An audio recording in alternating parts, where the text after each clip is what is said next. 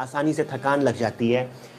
कमज़ोरी महसूस होती है, उनका वेट लॉस बहुत तेज़ी से होने लगता है। और जो सबसे महत्वपूर्ण, सबसे ध्यान देने लायक जो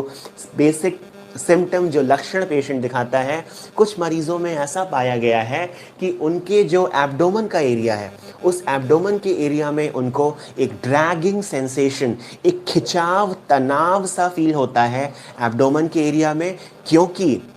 स्प्लीनोमेगैली हो रखी है, एनलार्जमेंट ऑफ द स्प्लीन हो गया है। क्योंकि लाखों की तादाद में जो इमेच्योर WBC हैं वो ब्लड में फैल रखे हैं, और ये जो इमेच्योर WBCs हैं जा करके जो डिफरेंट ऑर्गन है जैसे कि स्प्लीन, वहां जाके एक्यूमुलेट, इकट्ठा होना शुरू हो जाते हैं। सो वो क्या करेगा, स्प्लीन को एनलार्ज करेगा, जो स्प्लीनोमेगैली की कंडीशन है, एक्सट्रीम स्प्लीनोमेगैली शो करेगा, वो वहां जाके कलेक्ट हो जाएंगे एंड उसकी ब्लॉकिंग द स्प्लीन को एक्सेसिवली इमेच्योर WBCs जाकर के ब्लॉक करेंगे। सो इस स्प्लीनोमेगैली के कारण, जो कि इमेच्योर WBCs के पैकिंग अप के कारण हो जा रही है, सो कुछ पेशेंट्स जो सबसे महत्वपूर्ण इसका जो लक्षण बताते हैं कि उनको एक ड्रैगिंग, खिंचाव, तनाव, ड्रैगिंग सेंसेशन फील होता है उनके एब्डोमेन में। अगर दूसरे क्लिनिकल फीचर्स की बात की जाए तो वेट, बहुत तेज़ी से वेट लॉस होना, भूख न लगना, रात में पसीने आना, धड़कनें बढ़ जाना, पीलापन,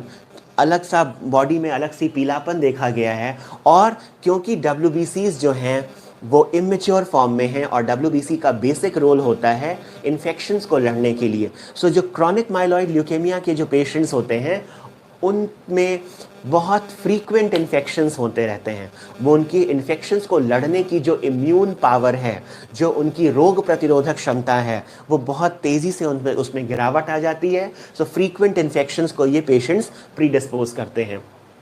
और जो क्रॉनिक ल्यूकेमिया और अक्यूट ल्यूकेमिया के मैं अंतर स्पष्ट करना चाहूँगा। अगर अक्यूट ल्यूकेमिया की बात की जाए तो अक्यूट ल्यूकेमिया में जो WBC सेल्स हैं वो मैच्योर ही नहीं हो पाते हैं, मतलब वो एक्सट्रीमली इमेच्योर फॉर्म में ब्लड सर्कुलेशन में रिलीज हो जाते हैं।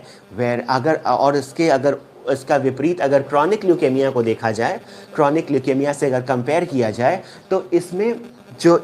इमेच्योर WBCs हैं वो पार्शियली मैच्योर फॉर्म में ब्लड सर्कुलेशन में रिलीज होते हैं। अगर इसके पेरिफेरल ब्लड स्मीयर, क्योंकि जब पेशेंट्स आते हैं और उनके अंदर जब हम लोग ब्लड इन्वेस्टिगेशन या ब्लड की जब जांच करते हैं, सो ब्लड इन्वेस्टिगेशन में ऐसा पाया गया है कि जो पेरिफेरल ब्लड स्मीयर है इन पेशेंट का, उसमें WBCs की मात्रा अत्यधिक लेवल्स, जैसे नॉर्मल रेंज तो 4000 से 11000 है, मगर इन मरीजों जटाकटाह संभ्रम भ्रमन्निधिं